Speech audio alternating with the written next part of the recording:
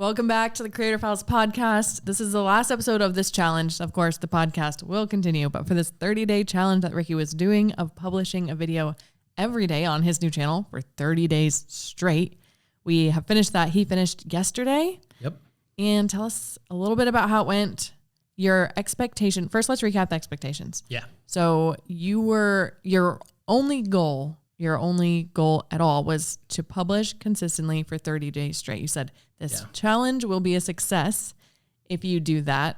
The biggest thing with that was just I wanted to publish 30 videos that would be videos that would fit in if I were to switch to weekly or something like that. So I didn't want to publish 30 like junk videos that I'm going to have to delete later because they don't match. They're obviously rushed. You don't want that. So I wanted 30 good videos. And how'd it go? It went well. I mean, I did it. I didn't miss a day. So it was 30 videos in 30 days, but it was one a day. I think in the end, I only had one that I had to finish the morning of. And so it went out later. I had another one that went out 30 minutes late because I uploaded and everything and forgot to schedule it. No, that's frustrating. But other than that, like everyone was basically done like at least the night before. And 30 videos went out. And so from meeting the goal of what I intended to accomplish, nailed it. Awesome. And we said only 20% of them could be shorts. So that was 6. And you had how many shorts? 4.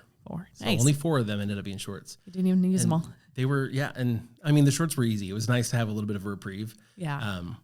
Where I could be like, oh, here's a good concept for a short. And the editing was easy. There's no thumbnail. I mean, it just made it so easy. Yeah, shorts are nice. You don't have to think too much about the title. Mm-mm. Titles are a lot different on shorts. Awesome. Oh, yeah. Okay, so let's talk about results. We said that, the worst case scenario, at least worst likely scenario, because you have experience in this. Yeah, right. Would be if none of your videos did much over 100 views. Yes. And if the subscribers were also not growing. Yep. But what are the views like on your videos and what are the subscribers like? I'm just kind of looking through them right now, doing a quick tally. Out of 30 videos, only 7 of them have under 100 views. So I have 23 videos with over 100 views. And one of those 7 is literally yesterday's video. Nice. In fact, most videos now are doing nearly 100 views in the first day when I publish them, with the exception of if it's just on a kind of a more specific topic, like that I know just won't have quite as broad of appeal to the people that are already watching the channel. So that's great. I have multiple videos, I think 3, maybe 4 now, that have over 2,000 views on them. Wow. One here with 2,700 views. Every time I look at it, the numbers change. It's actually really exciting because in the very beginning, that's not the case. Right. You go check in 3 hours later and it's like, still only 2 views, I remember keeping an eye on this the first week or so. And I was like, okay, we're up to 30 on some. Yay, hopefully this works. Yeah. So yeah, totally definitely above that mark of the worst case, but potentially likely scenario. Yes.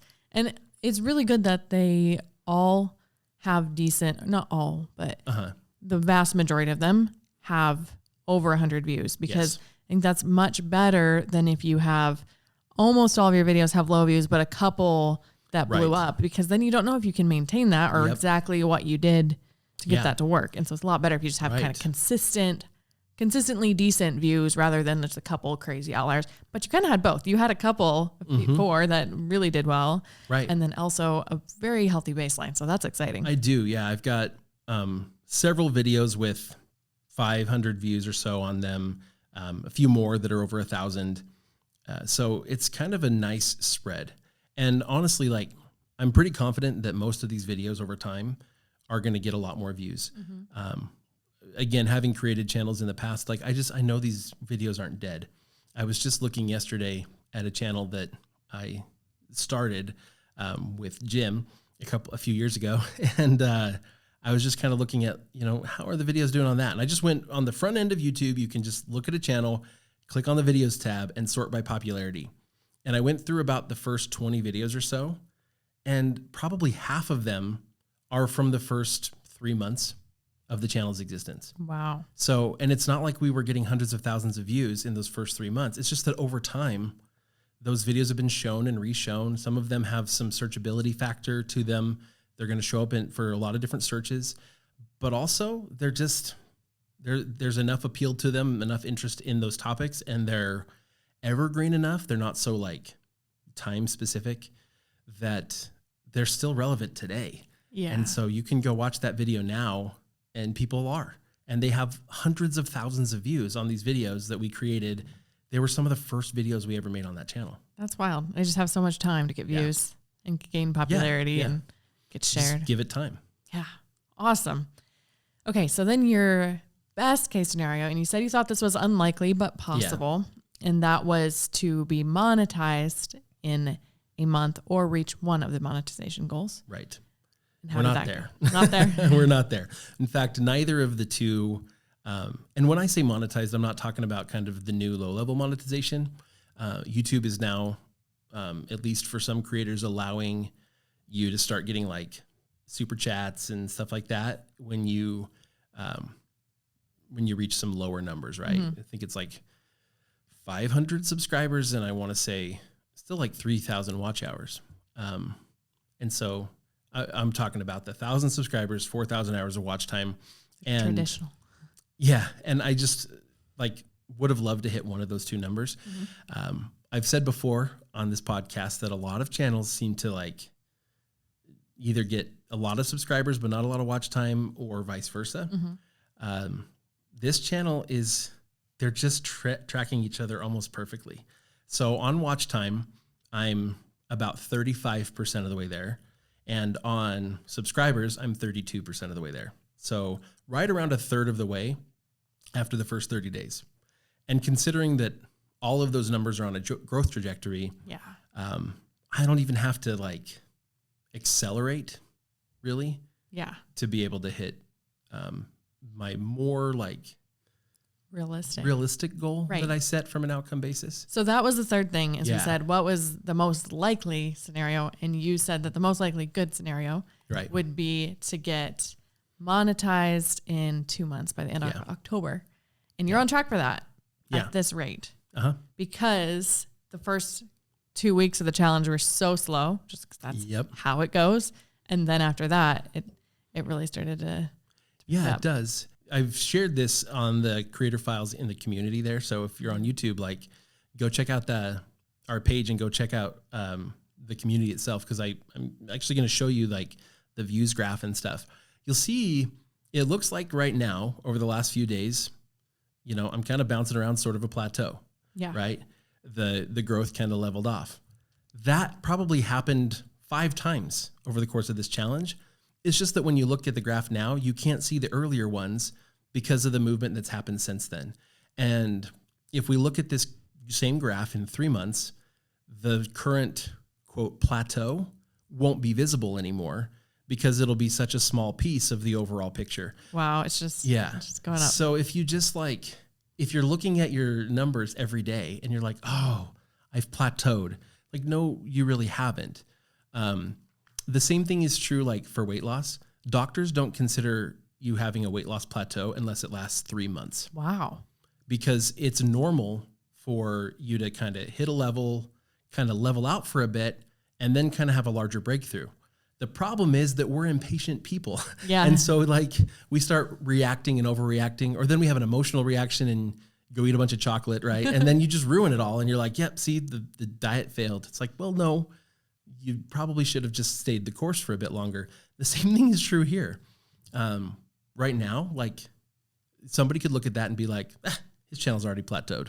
No, it really hasn't. As somebody who's been there, it hasn't. I've definitely noticed people do that on YouTube where they say, they panic because especially if they have a couple videos that do really well, and then those viral videos help some of their other videos on the channel get a little bump for a while. Right. And so then they look at it and they're like, my channel's doing great. And then that viral or those couple viral videos taper off a bit and they panic. Right. They're like, my channel's dead. It's dying. No, it's not. Dying. And then other people go look, like, no, it's okay. Stick with it. Yeah. Right. Yeah. And it's easier to say and see that from the outside when you're looking at your numbers every single day That's the danger in it, is if you're just like overanalyzing everything. Yeah. You're checking your numbers all the time. And don't get me wrong, I was looking at my numbers daily. I wanted to see how the current video was doing, but I was also looking at older videos to see how they were continuing to perform. And it was interesting. Like sometimes you'd have one video that, oh, my video today isn't doing that great. But for some reason, one of my videos from a week and a half ago just picked up and just got 300 views today. And that was pretty normal. And, you know, again, those same videos that are over 2,000, those ones are regularly in my top 5 or top 10 of, if you look at the last 48 hours graph, they're usually in that kind of, all of them are in the top 10 always. And so those ones are just consistently getting views. It wasn't like I got a huge spike in one day. Yeah. In fact, if you look at that views graph that I shared in the community, you'll see a few spikes. Those are shorts. And that's because the shorts right now basically do only last a day. And do they get a lot more views than the long form videos? They did. Okay. Yeah. To give a couple examples, the first short that I published was really early on, and it got a little over 400 views, and then YouTube just kind of cut it off, which we talked about this in another episode in a lot more detail. That short, I'm leaving it alone because chances are at some point YouTube will kind of pick it up again, and it might get 10,000 views next time. So I'm leaving it alone. The second short that I published got 1,100 views before it died. The next one got like 220 views. And it was like I published it, immediately YouTube picked it up. So a couple of them, you publish it, and it's like 2 hours, 3 hours pass, and then all of a sudden it takes off, and then all of a sudden, boom, it ends after an hour or so. That one, it was like immediate. It shot up, and it was like 45 minutes, and it was over. Yeah. And then the last one that I published, it was at almost 1,900 views when it died. It lasted a couple of hours. But really, in that one day, I got 1,900 views from that one short, which was a lot more. You know, my normal view rate per day is not nearly 1,900 views, so it looks like a big spike. That's not really indicative of overall channel growth. That makes sense. But each one of those drove more subscribers in their first day than a normal video did in its first day. How much more? So a lot of my videos in their first day, even like now. So if I look at my latest video that's been out for a day and a half now, it's gained me 1 subscriber. It's also not like a super high performer, but it's only gained me 1 subscriber. The one from a day before, I'll just use that as another example because that one's got 350 views. So it's a little bit higher performer for the first day or so. That one's only gained me 4 subscribers still. But that short, 1,900, it's still at 1,905 views. It's from 3 days ago, but it got like 1,890 views. And since then it's had like 15, right? Yeah. That just like show up from, it happened to show up in a search or somewhere. Like YouTube's not like completely cut it off, but but that one gained me 6 subscribers. And basically they're all from that day because almost all the views were, in fact, they're from like 2-hour period of time. Interesting. So boom, 6 subscribers. And because my shorts and my main content are all so closely related topically, I'm not worried that those 6 subscribers are just dead subscribers. Yes. I think for the most part, most of them are likely to also enjoy my other content. Right. I think that's really good for people to know just because so often we think that shorts are this completely separate thing. And a while ago, YouTube was treating them very separately. Right. Yeah. And even if you say, okay, well, the algorithm's not going to punish you for shorts or anything like that, don't worry about that. That phase is over. Mm-hmm. But if you're still thinking, well, people that are watching shorts aren't the type of people that watch long form content or anything like that, then I don't know. I've worried. I thought, do people really bother clicking on shorts when they're watching shorts? Are they really going to click through and subscribe? And it's cool to see that that's working. Yeah. I mean, and we'll see over time as this plays out further, how well it continues to work. Mm-hmm. But I actually do think there's a good place for it. Again, as long as there's good consistency between the topics as well as kind of the format. If I'm making my shorts, I just have a different tone to them. They're definitely made to be much more kind of clickbaity and it's just attracting a totally different type of person. Honestly, like there are a lot of people that enjoy both. I personally enjoy short form content at some moments and long form content at others. Yeah. And if there's somebody that I see who creates short form content and I'm like, man, I like this person's shorts. So then I'm more likely to click subscribe. And then when I'm watching long form content, view their long form content too. Yeah. And maybe it is that they watch it later, but they're subscribed. Right. And then you can find out if they do. Mm-hmm.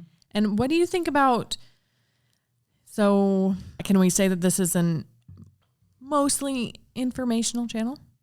Yeah. And how are you treating shorts in that case? Are you making them informational? Are you making them entertaining? What's the strategy there? The shorts are still pretty informational. The trick with informational shorts, this has been hard for me to accept, but like, cause I like to teach, I explain too much.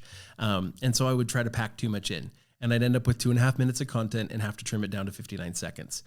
Now I'm like, okay, the short is one thing, really, really one thing. I would love to share an example, but I'm not going to.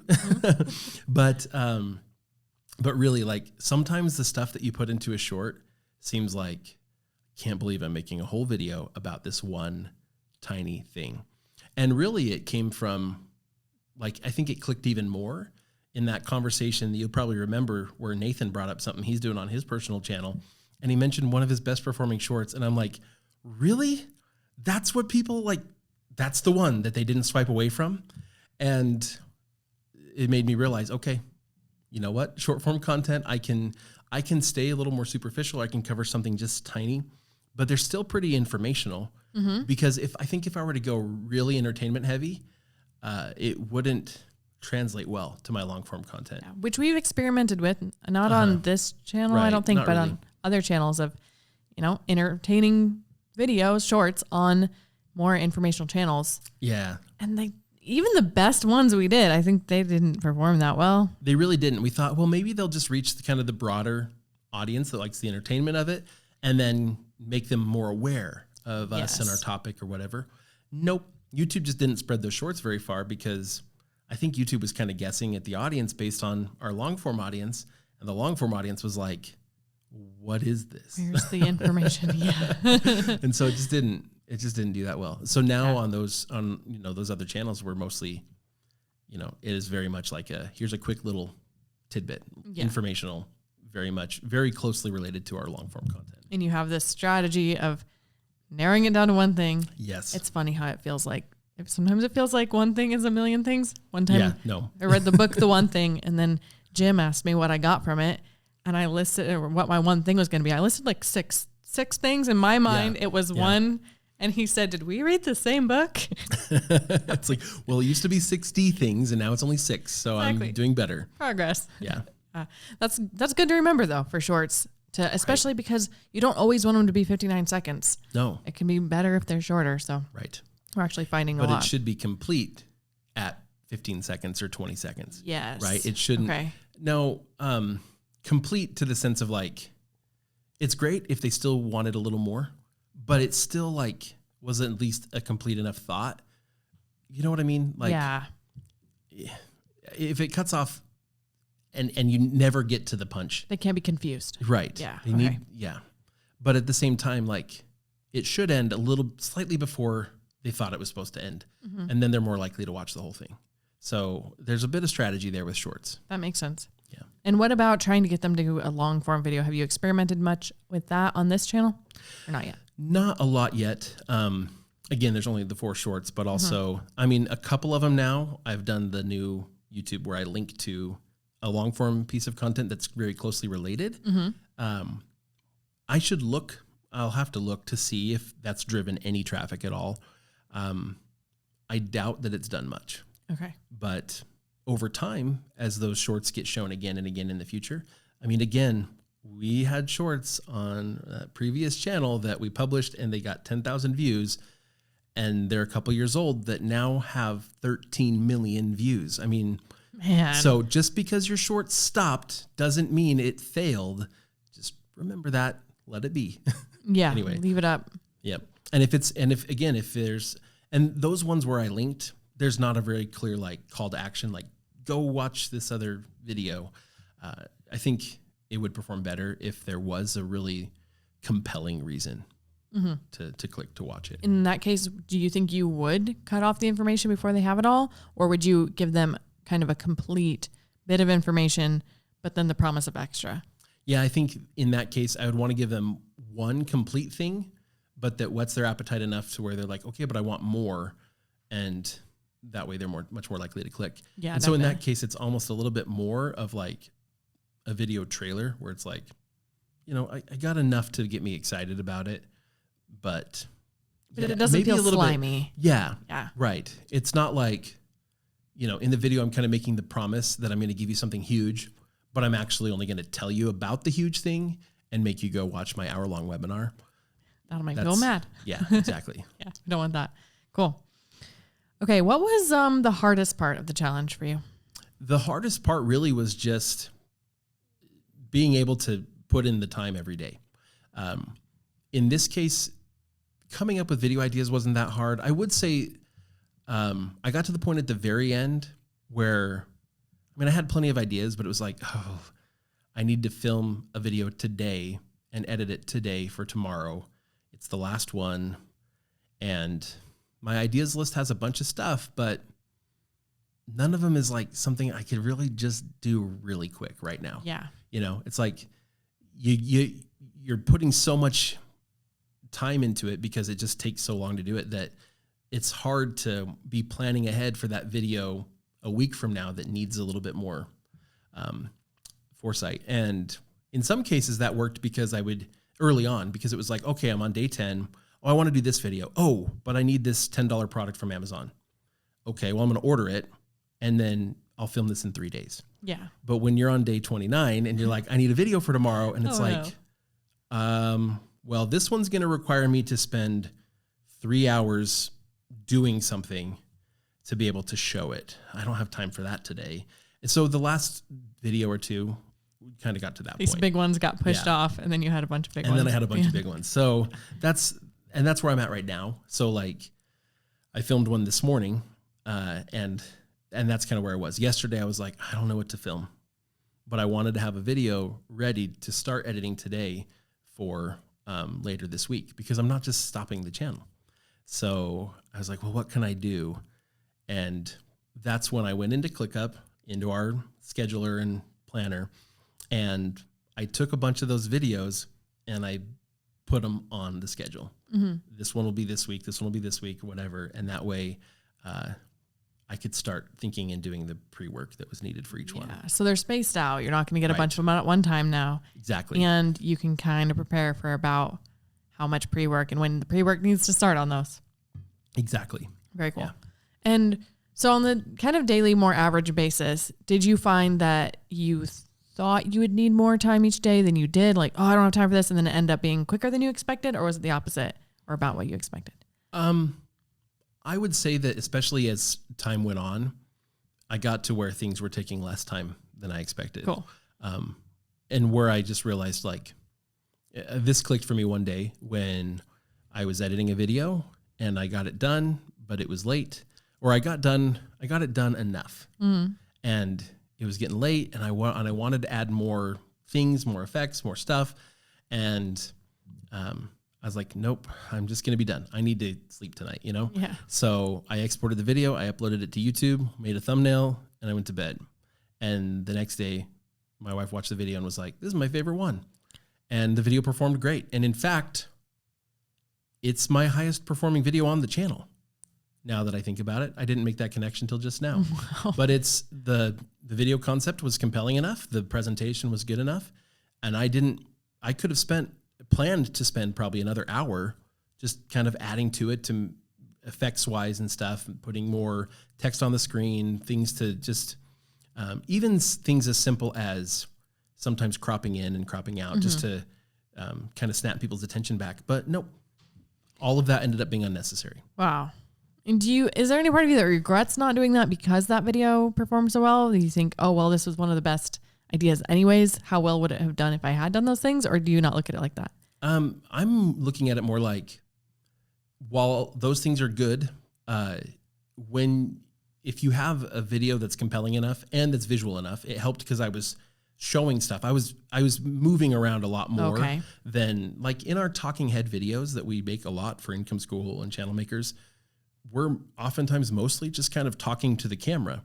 And so for those, adding text on the screen, or if we're talking about numbers and being able to visibly show them, I think that's really important. But on this video, I was kind of coming from that background and trying to make these videos and thinking I just needed to do a lot more. And in the end, what I was showing them was enough. And I didn't have to do a whole lot with, even cropping in on things, unless I was just trying to show something and the camera needed to be closer. And then I could kind of crop in editing. Which you already did. That was kind of part of my cutting. When I was cutting it together, it was like, oh, this needs to be closer, and I zoom in. Okay. But I just wasn't taking the time to do a lot of the other kind of cool stuff. I just kind of made my little stinger, my little splash screen at the beginning, the one at the end. I added some music that kind of plays on the outro, and I was like, well, it'll be good enough. Right. And so after that, my edits got faster because I started to realize that, well, this will be helpful here, but it's unnecessary here, so I'm not going to worry about it. Right. And in this instance, because we're going to do 30 videos anyways, it might feel like, oh, I want to be better. But that has taught you that for this specific channel, it might not matter that much. And now in the future, you might end up publishing more often because you've learned that about this channel than you would have otherwise. Right. So the edits can stay really simple. Yeah. In fact, that's the other thing, is that channel that Jim and I started, he still runs it. And even today, the edits are still simpler than anything we do. And Jim has never been one to spend a lot of time. Like, he does a perfectly good enough job, but he's just never been one to put hours and hours and hours of editing into a video. Part of it is the way he films, and it works great for him. But on that channel from the very beginning, the edits were always very simple. We almost never used there were periods of time where Andrew would edit those videos, but for a while there, we hired another employee to help be the face of that channel, and we taught him how to edit, and he edited them very basically, and that was good enough. And it's always been, the edits for that channel have always been mostly good enough. And that channel is doing really well. And do you think that this only works for certain topics, having low edits? I mean, of course, if it was something meta, like editing or filmmaking or something, totally. There's an extent where you're going to have amazing edits. Yep. Do you think for the most part, edits just aren't that important? Or do you think it's the specific topics that these are? What do you think is going on there? Yeah, I think, I think the topic of your channel is going to play into it for sure. But also part of it is just sort of the tone and the personality. There are a lot of other factors that go into what makes a video really engaging. And so if we can't make it super engaging without great music and cool effects, partially because of the topic, maybe partly because that's our presentation style, I think the editing can be really, really helpful. I do think, though, that there are probably a lot of YouTubers who are trying to overproduce their videos and make them more like TV. And it's not TV. In fact, people don't want it to be TV. Right. They want it to feel real. The more real that we seem, almost the better connection we create with an audience. And then those videos do better. So there's some trade-offs. I mean, I definitely learned some good editing tips that helped improve my edits, but not in really tricky ways. I mentioned one in a previous episode just about when you do a jump cut. I would just, whenever I did a jump cut before, it'd just be I'd just cut it and then it would just completely jump, right? But then I learned with the audio to do a J cut. So the audio overlaps just a little bit. And from the very first time I did it, I was like, oh, that feels more natural. It draws your attention in like a jump cut is supposed to do, but it wasn't jarring. Yeah. I was like, holy cow, I never knew this. You didn't realize how much the audio was making it feel jarring. Yeah. And so now those jump cuts don't take me any longer to do in Final Cut, but they just look better. Yeah. And I do think that knowing some good things like that can help your edits to feel smoother and not be distracting. If your edit is distracting to the audience, it can really harm your video. And I think a lot of creators are probably overproducing or overwhelming. I've noticed something that our editors, Cody and Andrea, do here a lot is they add in things, and sometimes they're simple, something that anybody could do. Sometimes they are quite advanced. Right. But what they do is they'll add personality into it Yeah. so well. Cody is like really funny and kind of more off the ball. And Andrea, I think she knows the culture so well. And so she can kind of maybe use inside jokes or just little things that really match people's personalities. They're both good at it in their own way, but it's making it more relatable, even though sometimes the edits are, sometimes they're animation, sometimes they're hard stuff. Yeah. Not always, but even though it is more editing, they're able to do it in a way that makes it feel like more personal, more connection. And then a lot of times we get all these comments about how much people loved it. Right. It's like, that was the talk of the video, was the edit, but it's because they're building a connection. It's not distracting you. You're not noticing the edit. You're noticing whatever the edit's edit did. Yeah. What it accentuated. I know sometimes like in the middle of a video, I might kind of say like a little bit of an aside or, make a little joke or something like that. And when I do, Cody will crop in really close on my face and you'll see kind of the facial expression. And if it's a good facial expression, like that adds to the joke, he'll then pause it for just an extra half a second. So it's a little bit of a freeze frame for just a little bit longer to linger on that. Oftentimes it's a little sound effect. Andrea does that a lot where it's like a little bell ding when something comes up on the screen or something like that draws your attention to it. Just these little things that it's like, okay, I made kind of a little dad joke in a video or something like that, but the way that Cody cropped in and stuff on it just made it like just a little bit extra, and it just made it more personable. It's interesting because when you're talking to a camera, things that wouldn't sound awkward if you mentioned them in conversation, like, okay, dad joke is kind of dorky, but it wouldn't feel super awkward. Right. But on camera, sometimes it really does because it's just you talking to nobody. There's no other conversing or anything like that. And so it's kind of important, I think, to be able to do things like that to make it flow better, because it's an added challenge to tell a joke or be funny to nobody. To nobody, exactly. There's no feedback. You have no idea how it's going to land. And the nice thing is with video is like we get to edit. So if Cody realizes that that's just not going to land, he just cuts it out. But if it's like, oh, that really could land, like, let me help, and I think that helps a lot. Yeah.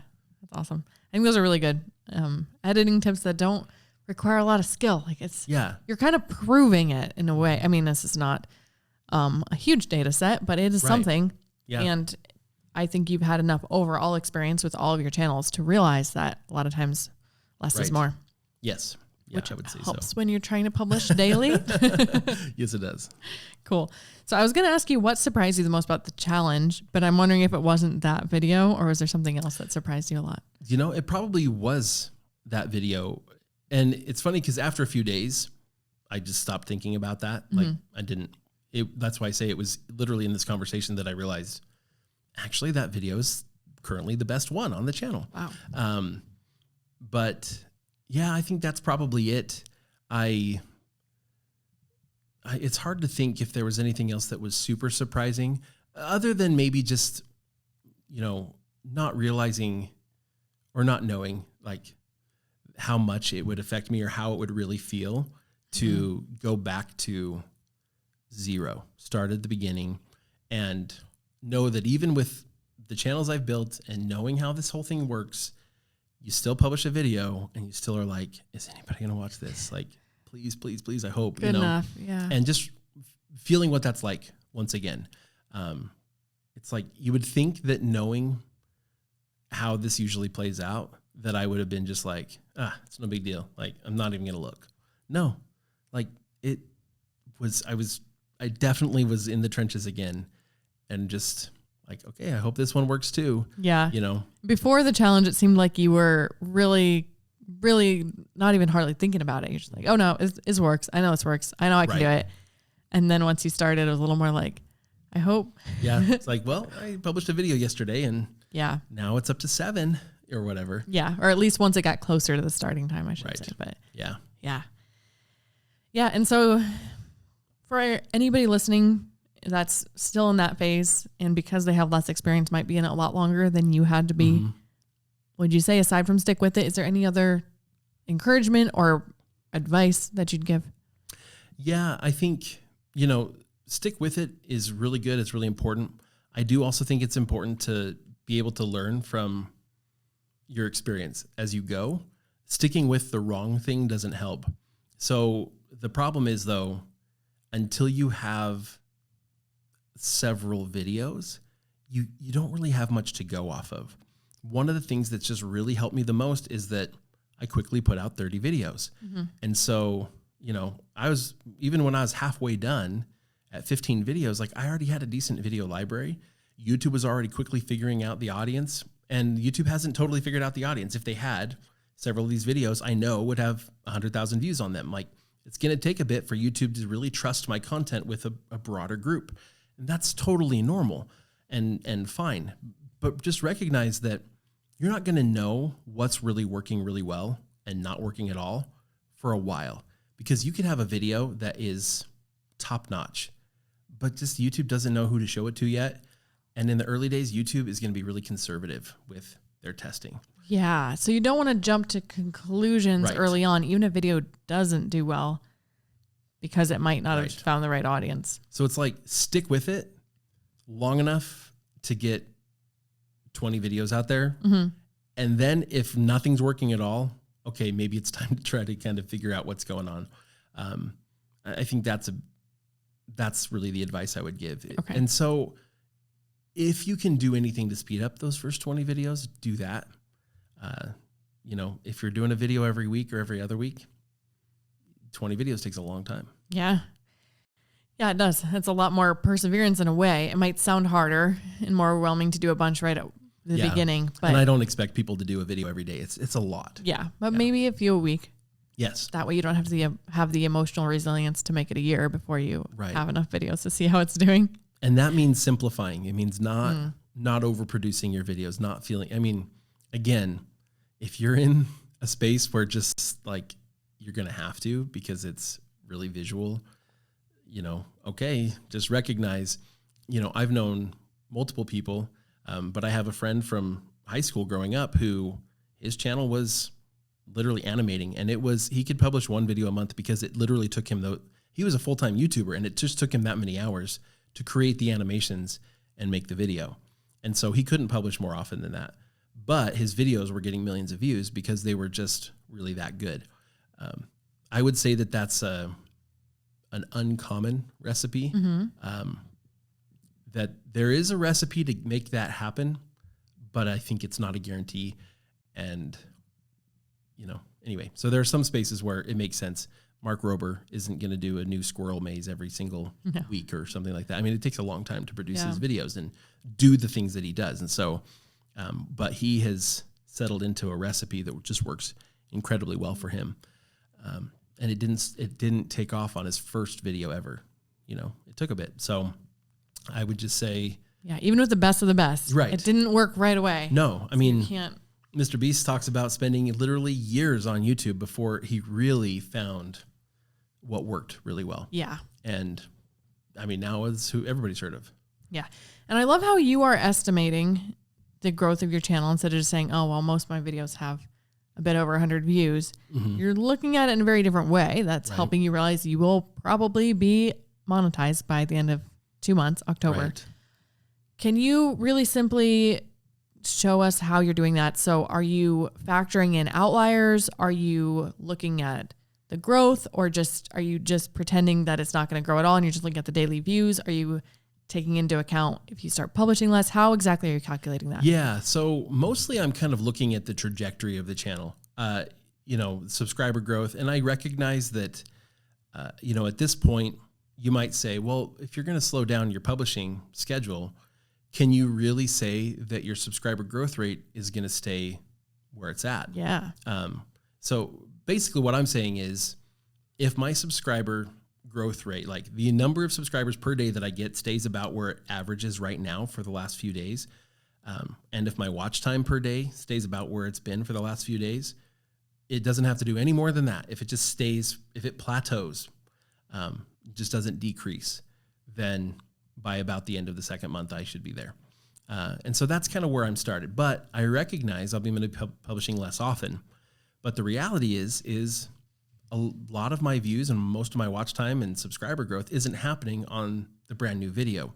I'm not at the point where, like, when I look at Income School channel makers, I do concern myself with the video I just published. How did it do in the first day and in the first week and all that kind of stuff? Mm-hmm. But on a channel like this that's growing, I'm looking at the library kind of as a whole. And I'm seeing that, well, you know, this video, yes, it ebbs and flows throughout the day, but basically every day, not only are some of these other videos I created a week or more ago, not only are they continuing to get views, but the number of views per day oftentimes is increasing. And they ebb and flow. Like a video will kind of die off for a day, and then the next day it's back again and it's doing even better. And I am also accounting for the fact that I think there's probably a few more videos on my channel that will pick up as well. And so basically, since I've created this library and all the videos are good, I'm going to get some traffic from search. And as I do, YouTube will probably spread some of those a little bit further too. Mm-hmm. Just knowing that none of my videos is done. And so this whole library is just going to keep getting views, attracting subscribers, and getting watch time. And so I think plateauing is unlikely. I think we're going to continue to see growth. And my plans going forward aren't to just like leave it. I'm going to keep creating content. In fact, I'm going to go ahead and my plan right now is to still publish twice a week. So eventually I'll probably end up at a video a week, but for now, I want to keep it a little bit more often. I am a little bit, not concerned, but in terms of just meeting that kind of goal for that second month, I am curious to see sort of what happens. Yeah. You know, today was the first day I didn't publish a new video. So I'm kind of curious to see, you know, tomorrow morning when today's numbers finalize, I'm curious to see, like, what does that look like? Does everything kind of drop off a bit because there's not new content, or is the activity level just going to keep picking up because I have new people commenting on my videos every single day? Wow. Great engagement. Yeah. And great feedback. And I mean, it's like my video from yesterday has 4 comments and 2 of them are mine replying to people. Yeah. But the point is, like, on a channel-wide basis, you know, new people, I've had probably at least 2 new people today comment on some of my, quote, old videos. They're still less than a month old. But just commenting, adding new insight. I get some new person that finds my channel, likes it, and then I watch over the next, like, 6 hours. They comment on this video, then this video, then this video. And I'm like, wow, awesome, it's working. And yeah, I have multiple people like that. I have one who found my channel probably after about a week, who watches and comments on like every video. I have another one who found me probably a week ago and has commented on probably 8 to 10 of my videos. That is really unusual for a channel of your size, I think. Right. Big channels, they're going to have tons of people that comment on every single video, those loyal fans. Right. But for a channel this small to have multiple people. Like loyal fans, like, or people who are just like watching video after video. Like, I don't really do that on very many channels. I have channels where I find them, I'm like, oh, I like that person. I subscribe and I watch a certain percentage of their videos going forward. I never go back and then binge their other videos, almost ever. Right. That's just not what I do. But even better sign that they're watching old videos, not just subscribing and watching new ones. Right. They're not just loyal to you.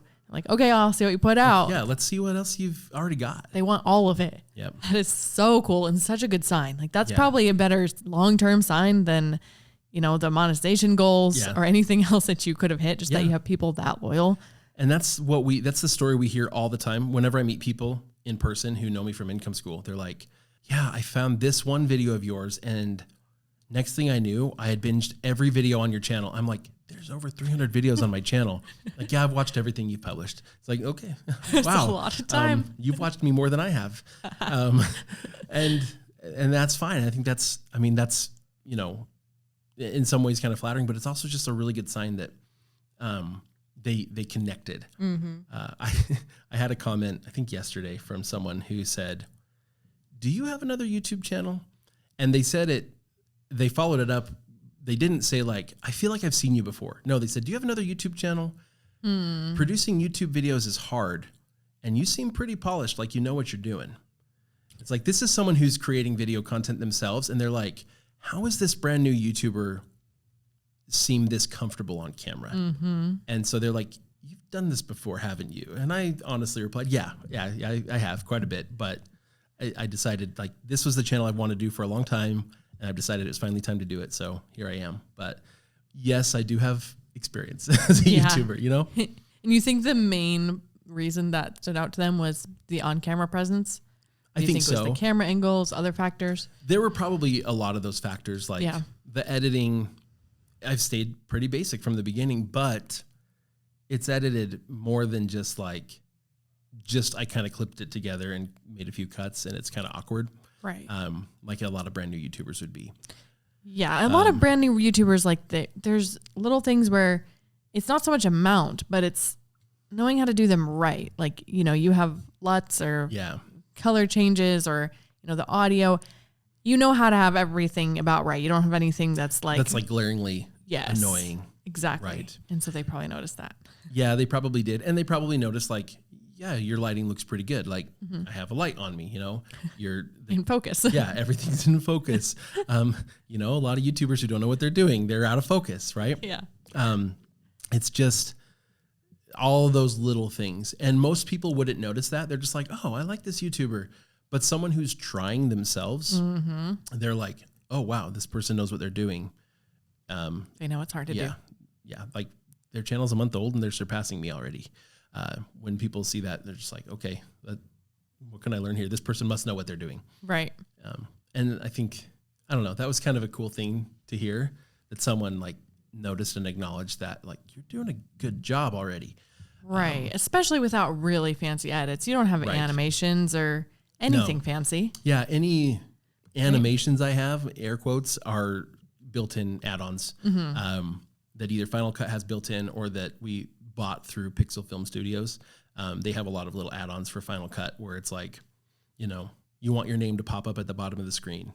Yeah. You know, and it's like you go in, you customize the colors, but I don't have to know how to animate. I just have to know how to like customize somebody else's animation. Right. Drag and drop pretty much. Yep, totally. Yeah, that's a huge sign that they noticed. Right. That you I think a lot of it though was probably also the presence. Just like, you know, just being comfortable talking to a camera. Most people feel super awkward. Like you said, telling a joke to a camera feels awkward. It doesn't to me anymore. Cool. But that's like, I don't even know when that happened, but it took several years before, you know, now it's totally normal for me to look at the center of that little circle in the camera lens and to talk to it like it's a person. Goof off a bit. Yeah. I loved what you said in that other episode. You said that, you know, you've kind of arrived with getting comfortable on camera or in a good spot when you're able to laugh at yourself on camera. And you do that really well. Thank you. Just kind of, it works. So let's see. Did you get better at anything specific? This one's hard. Anybody else doing this challenge would probably have like a laundry list. You have a lot of experience already, but anything that stood out to you? Yes, actually. Some of my early videos, especially some where I had filmed some B-roll or something in the past when I was doing something, I just filmed it thinking I'll use this someday. But also videos that I filmed in the first week, they were not nearly as kind of concise and to the point. There wasn't as much of a story. The hook at the beginning, it was, I think I mentioned this a little bit in the last episode, but you know, a lot of those videos would have started off with things like, you know, hey, welcome back, it's good to see you kind of stuff. And I realized like, I know better than this. Like I shouldn't be doing that, but just naturally, I just want to greet people still. Yeah. And even after years on YouTube, but again, having gone through and edited my own videos and actually watching all of them, because nowadays, like I film a video for Income School and I don't even always review them before they get published. You do, you know? Yeah. And, you know, and then once they publish, I rarely rewatch my own videos. It just feels kind of weird to me. With these ones, I was doing the editing. And then after I'm done editing, I still watched it through all the way one more time because I don't want to put out a huge glaring mistake. And so I was watching them. And as I watched them, I was like, oh, this isn't that engaging. This isn't that engaging. So as I went, I started, now I don't start off with the greeting. I start off with the little hook. And then I will still greet them after that. But I don't start off with that. Just little things like that. And then my videos on average are shorter now than they were a month ago. Just because I'm being more concise in my video planning. I'm even not trying to cram as much into one video. Partially because it makes the videos easier to film and edit faster. Right. But also just because I realized this will be more engaging if it's not a 20-minute long explanation of something like that. Yes. I can cover just one thing. And no matter how much experience you have, I think you can always get more concise. Right. Because people's attention span is so low on YouTube. Yeah. And, even the biggest creators like Mr. Beast, they say to make tons of footage. Like I think he has 50 hours, or more of footage for a single video. And then he is trimming it down to what's very best. Yeah. And then when you're trying to not have to edit multiple hours of footage, you're going to have to be even more concise in a way because you don't have 100 editors helping you exactly. with your videos. And so if you're trying to have quick edits and good content, you're basically never going to arrive with being perfectly concise. It's always something that you could improve. Yeah. So that's makes sense. I think that's completely true. I think we can always continue to work on it. And in terms of just like the having tons of footage, I think that is something that makes a lot of sense in a lot of situations. With his videos where he's doing like challenges and stuff, you're going to want lots of cameras set up because you don't know which one's going to give you the right angle, or be pointed at the right person even, you just don't know. Mm-hmm. And so like for television shows, oftentimes like as a YouTuber, I'm like paying attention. I'm just like, they switched from this angle to this angle to this angle. I'm like, how many cameras do they have? Yeah. It's like, maybe it's only 4 cameras, but as soon as this cameraman's shot ended, they must have moved over here. I mean, It feels like cameras, they're constantly moving around and stuff, and they just have all these different angles. Like that's great if you could do it, but a lot of us YouTubers, that's not going to work that well. So, I would say if you're like an outdoor person, you're like filming in the outdoors a lot, or you're doing really active things, getting lots of B-roll, just do it. Like having the footage is better than not having it. But when it comes to actually like presenting, so again, my videos are pretty informational, so this applies heavily to that. But if you're actually, when you get to the point of presenting the content, like try not to film for an hour to get a 10-minute video. I would say, this is another answer to your question, what things have I improved on? I would say another thing that's improved is I'm doing way fewer retakes. It's like I'm talking through, I'm giving the whole thing, and every now and then, instead of just like rambling on, I finish a thought and I pause and I think through, okay, what am I going to say next? And then I go and I do it. And so I have a lot less that I'm cutting out that's me talking. Most of my cutting out now is just like the blank spaces in between, or where I feel like I misspoke or I just jumbled something up and it wasn't in such a way that I felt like I could like turn it into a joke. I've done a couple of those, but where, you're talking and it's just like the words just won't come out right. I think in a lot of those cases it's just, anyway, here I am. Like I can't get the words out right now. Yeah. In some of those I will just pause. I'll go back to the beginning of a sentence or something and I'll go again. Mm-hmm. And that's another one is if you go back to the beginning of a thought or a sentence, then you're not finding yourself trying to like splice together a sentence, like a cut mid-sentence where the jump cut looks super awkward. That can be really hard to fix. Yeah. And like we've done it sometimes and we've made it work, and sometimes you can get the audio to work, and if you can put some B-roll over the top, people don't really notice. But I've done that so many times, and you can spend 10 minutes on this one little cut trying to get it just right so that it doesn't look super jarring or sound really jarring. So I've just gotten better at, not worrying about the line by line wording, but also keeping my explanations more concise. Yes. That was not a very concise section, but I'm getting better at it on camera. Nice. Yes. Podcasts are different. Yeah. And that's a hard combination, I think, is to be concise without being super scripted. A lot of people kind of default to one or the other. Mm-hmm. But combining those is hard. Another thing I want to point out is that if you're learning things and improving in fairly significant ways based on this 30-day challenge after doing this for years and years and years? And then how much more is somebody going to improve who is a fairly new YouTuber? Like just try to do a challenge, even if nothing comes of it, even if your videos are really bad and maybe you don't have all the kinks worked out. You've got an audio issue or, and hopefully you kind of fix those along the way. But even if they're not great videos, maybe you wouldn't be proud of them in a month. Wouldn't you say, just do it? Yes, absolutely.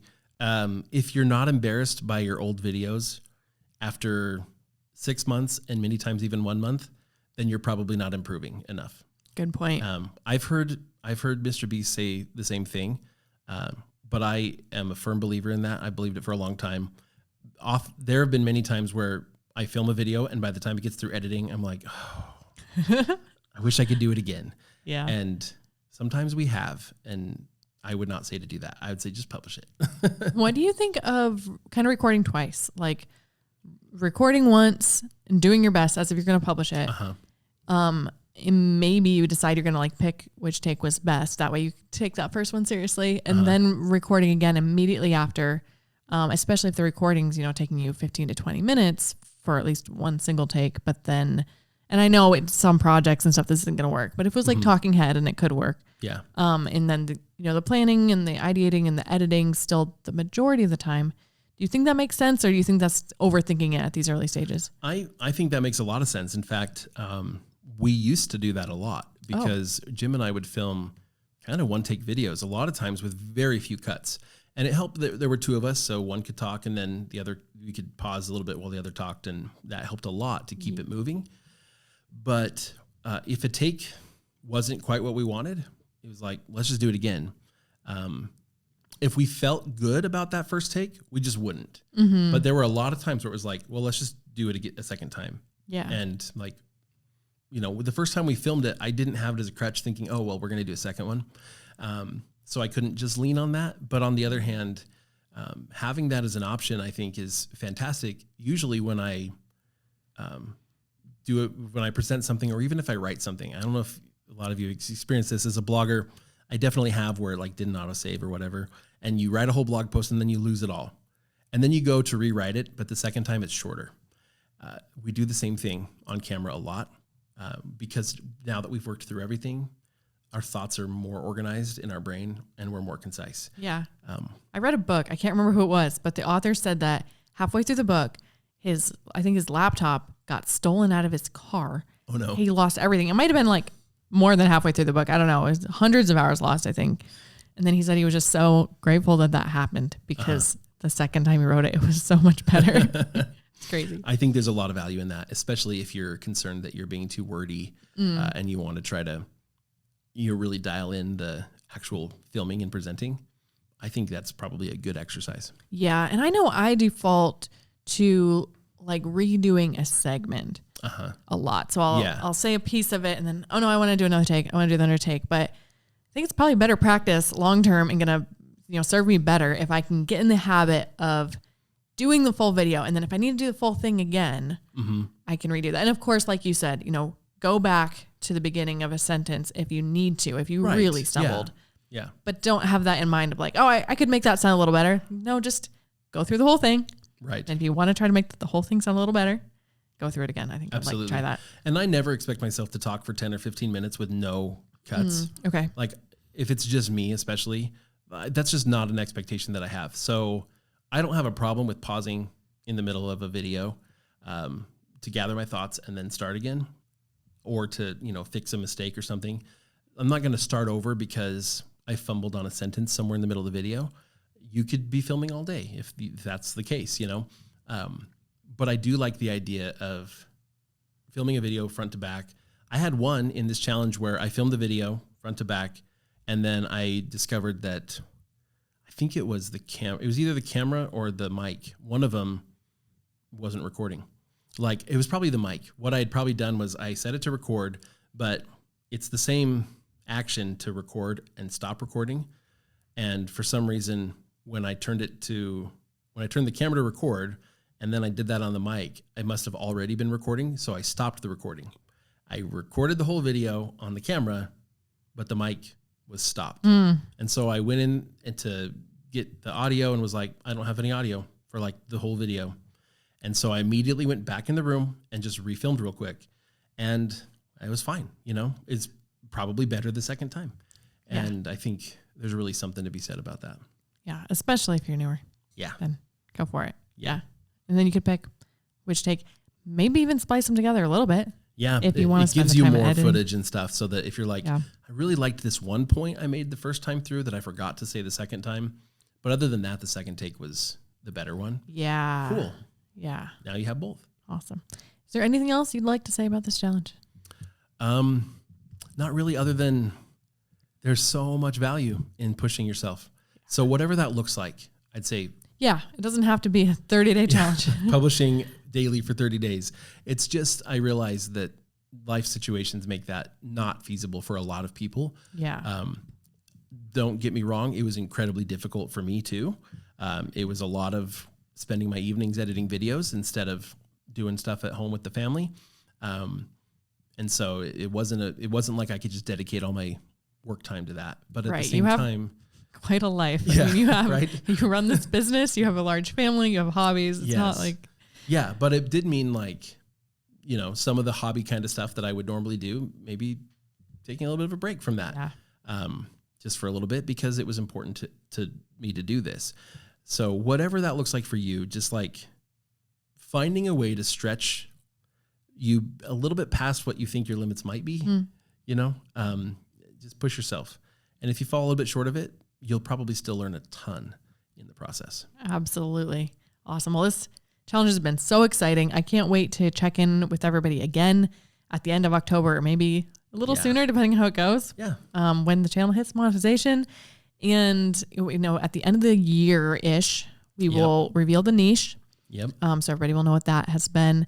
And then in the future, in the very near future here, we're going to have different outside guests on the podcast instead of just people internally here.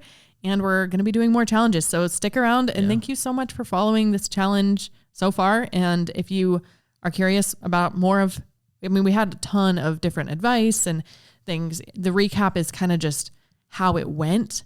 But in the previous episodes, we talked a lot more about details and strategy and how you can apply it to your own channels and things like that. So definitely check those out if you haven't already. We'll see you next time.